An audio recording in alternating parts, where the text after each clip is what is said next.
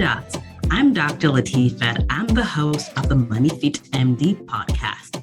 This is where we help badass women physicians just like you learn simple and effective tools to build wealth from the inside out. That way, we can create wealth and bigger impact without all the burnout. Enjoy the episode.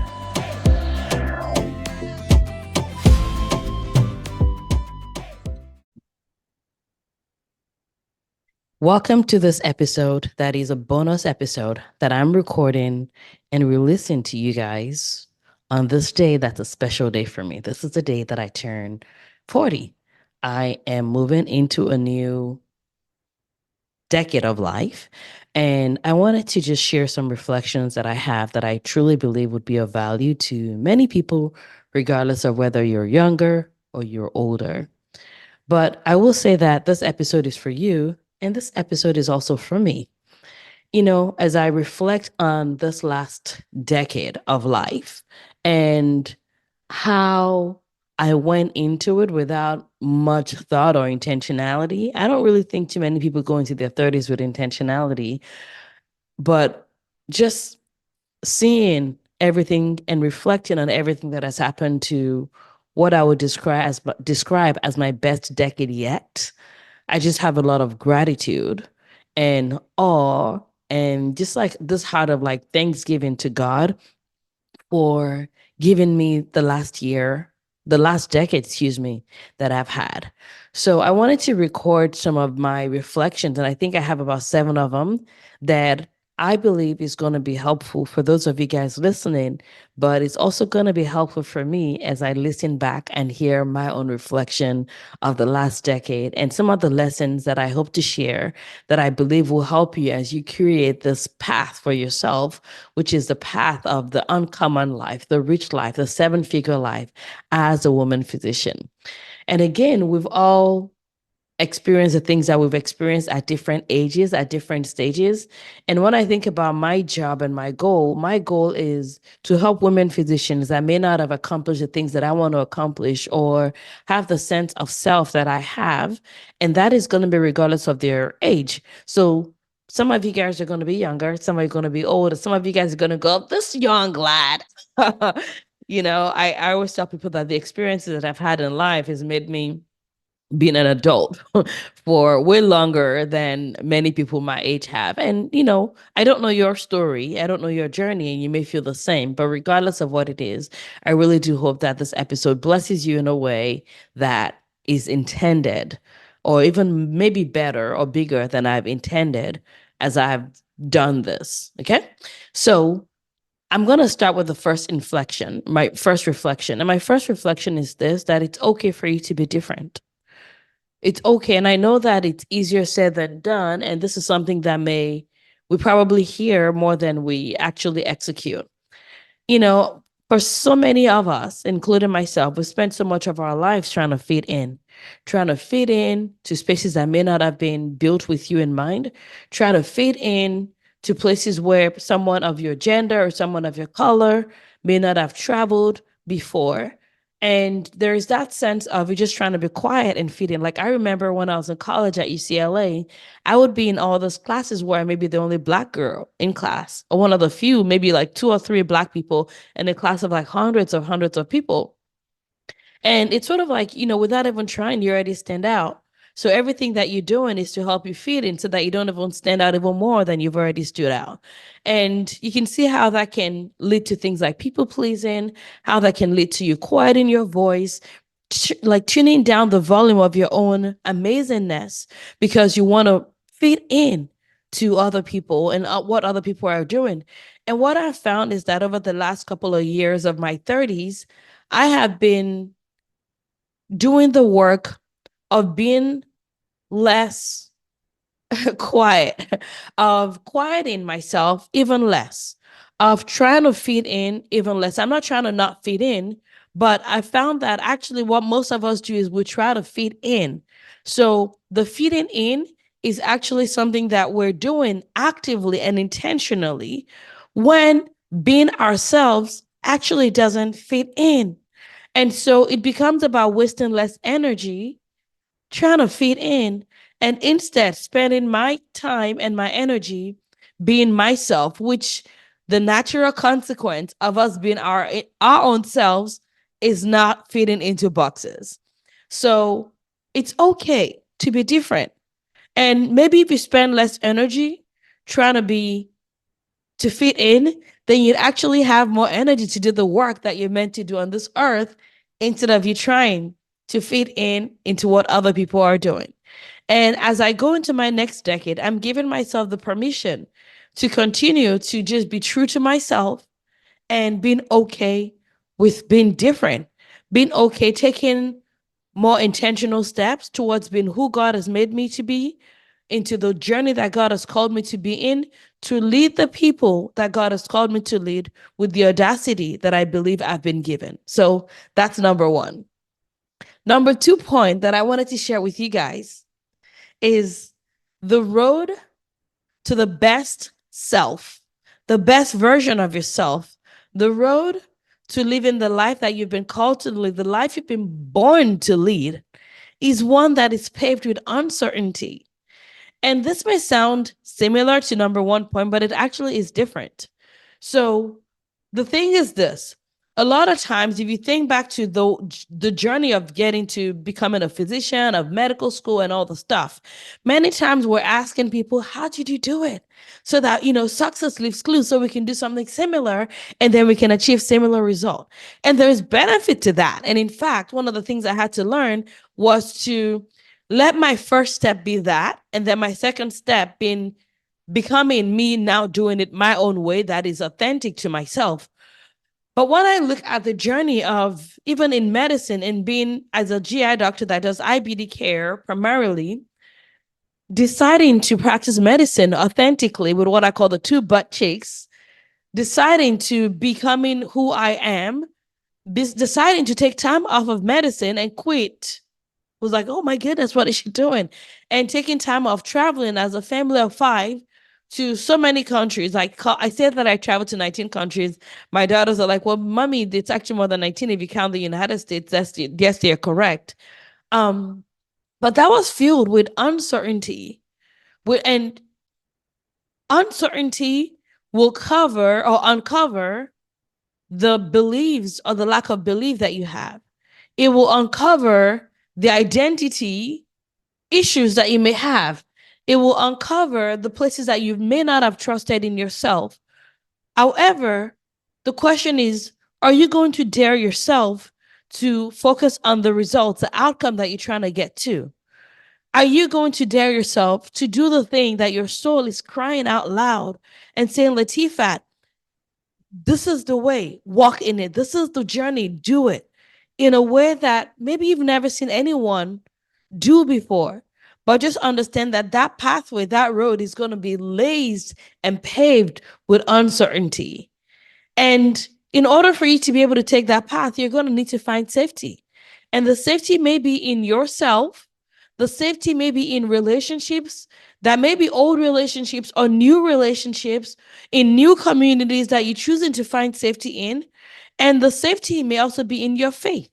For me, the safety has been by digging myself deeper into the well, or you can call it the hole, of finding my safety in God, in my creator, in the person that had a plan and a purpose for me even before any of my days became to be. That's the road to the thing you want to create. It's uncertainty. Number 3 point is rest is underrated. Yup, if you're snapping your fingers like yup. Rest is underrated, but also the discomfort to rest is underrated.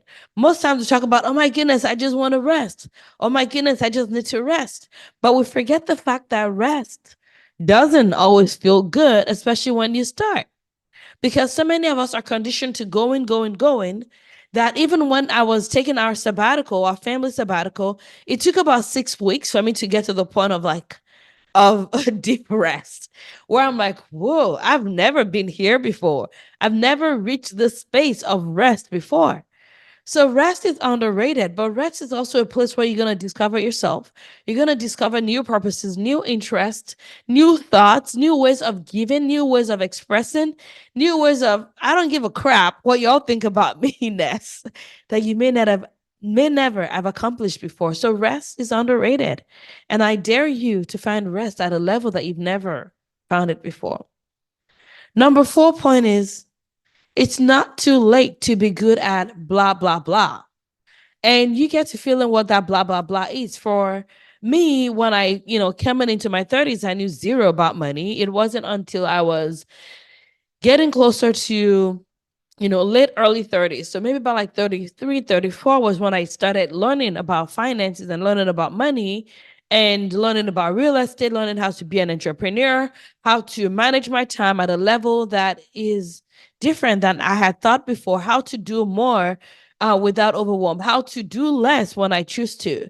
And so for many women physicians that maybe listen to this podcast episode, for you, it may be it's not too late to be good at my finances. It's not too late to invest. It's not too late to restart from scratch. It's not too late to build my empire. It's not too late to learn a skill set that's going to be of value not only to myself, but the people that I'm called to serve.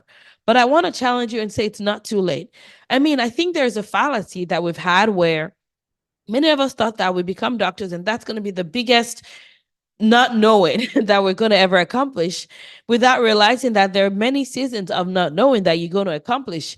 I mean, I don't believe that the best should be our 30s or the best should be our 40s or the best should be our 50s. I believe that the best just needs to keep uncovering itself. So, God willing, I'm going to make it to my 80s and 90s. And I choose to believe that my 80s are going to be my next best year. And my next best year, when I get through that, is just this idea of deciding and choosing what that is going to be for you.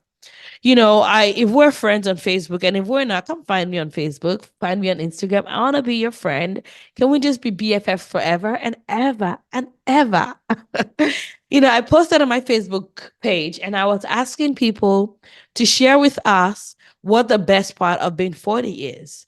And I love the wisdom that many women physicians were sharing. And some said things like, I'm physically better, I'm living my best life, or some have gone through their 40s and like I'm in my 50s now, and I can say that, becoming less of what people want me to be and more of who I'm meant to be has been the best gift. But I also find that it's this idea of like learning new skills and learning new skill sets. So one of the things that I want to learn in this new decade of mine is to be a better swimmer and to do tennis and maybe volleyball, right? How come we don't have a club for people that are older that want to do volleyball? Like, what makes you think that volleyball has to be a 20s game? Like, I'm probably more physically fit than I was when I was in my late 20s and 30s now. And it's like, why can I not find new skills to be good at? I believe that our life is meant to be an idea of like skill stacking, where we become better and wiser than we were in the last decade. So it's not too late to be good at fill in the blank.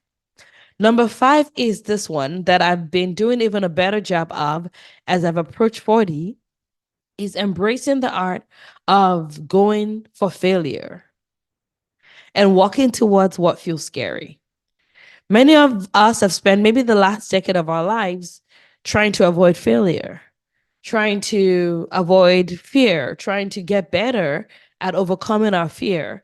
And actually, I mean, honestly, my energy and my energy management has been so important to me.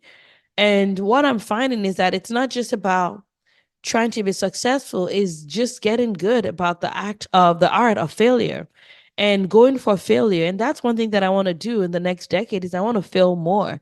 I want to not think of failure as the path towards success, but I want to find more things to fail at, find more things to suck at, find more things to embrace fear and go past fear in, like experiencing the fear and doing it anyway. Asking myself, what are those things that I find the most audacious? What are those things that I find the most fear inducing? And deciding that that's what I want to go for. Like that's my goal over the next decade of mine, and it's something that I've definitely gone more towards as I've approached the age of 40.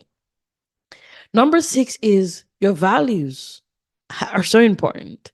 And you have to do a better job of learning and embracing your value and making sure, like going back to the 80-20 rule, making sure that 80% of your value, 80% of your time, 80% of your energy are going towards the top three things that are valuable for you. So for me, my value is God, doing what God has called me to do on this earth. Number two is my family.